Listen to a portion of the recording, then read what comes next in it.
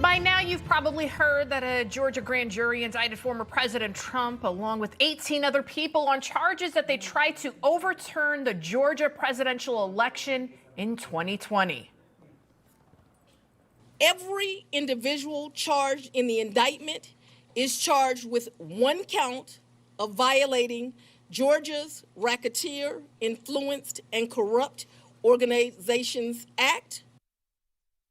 Yeah, RICO, the same criminal charges that was used to bring down my bosses. You know, common sense would dictate that it would be impossible for Fulton County, Georgia District Attorney Fani Willis, the woman you see right there, to actually get a conviction.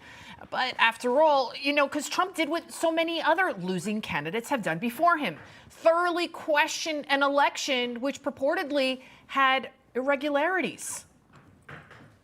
I believe he knows he's an illegitimate president. He knows that there were a bunch of different reasons why the election turned out the way it did. And I take responsibility for those parts of it that I should. But Jane, it was like applying for a job and getting 66 million letters of recommendation and losing to a corrupt human tornado.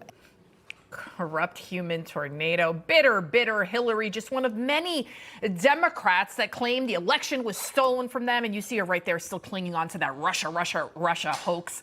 Another day, another hoax. But could Trump actually be convicted of this charge or on any of the other charges he's now facing that could put him behind bars for the rest of his life? That's how desperate they are to stop him from winning the White House. Think about this. Who would have thought that Trump would be found civilly liable for sexual assault in a case where the prosecution basically had no evidence and no definitive proof when the incident even occurred? But a criminal case is very different from a civil one. You need 12 jurors to reach a unanimous decision. And even if found guilty, the case could get overturned by the Supreme Court. Nonetheless, the damage these now 4 indictments against Trump criminal are doing to this country is irreparable. The world, it's laughing at us. Biden's mental and physical weakness, it's making us easy prey for our adversaries. Biden's economic policies are squeezing the middle class basically out of existence, with mortgage rates higher than they've been in 20 years. Generally speaking, when interest rates go up, the prices of homes come down. What we have here is a double whammy for potential home buyers, meaning higher interest rates and higher prices. So it is becoming substantially more expensive to be a homeowner. To be a homeowner, to be a car owner, to be anything. And then if you take a trip to the gas station or the grocery store, you see it firsthand that making ends meet is becoming more and more difficult by the day.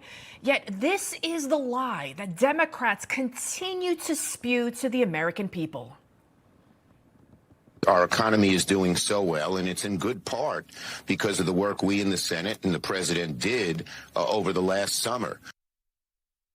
I guess they think that if they continue to tell the same lie over and over and over again, Americans will simply just believe it.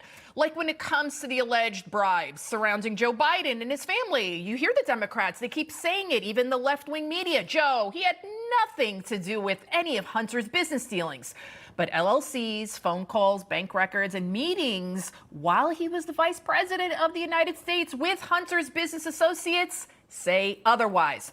Chairman of the House Oversight Committee, James Comer, telling Newsmax his committee is now getting close, very, very close to getting that irrefutable proof they need to prove that Biden is corrupt.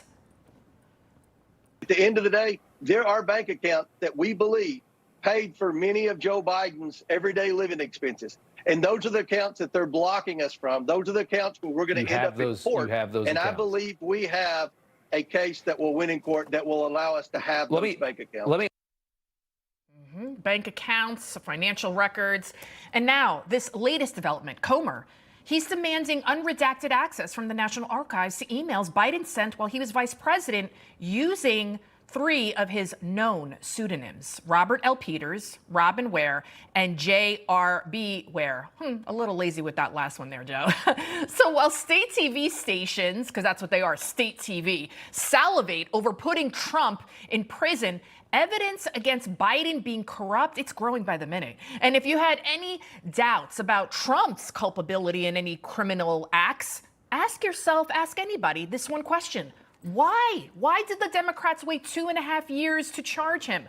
Joe Biden, listen, if you're watching this by some miracle, if you're cognizant right now, there is still time to do the right thing. Tell your goons to lay off Trump and, oh yeah, close the border for the good of this nation. But sadly, this will never happen because that would actually mean that Joe Biden cares about Americans.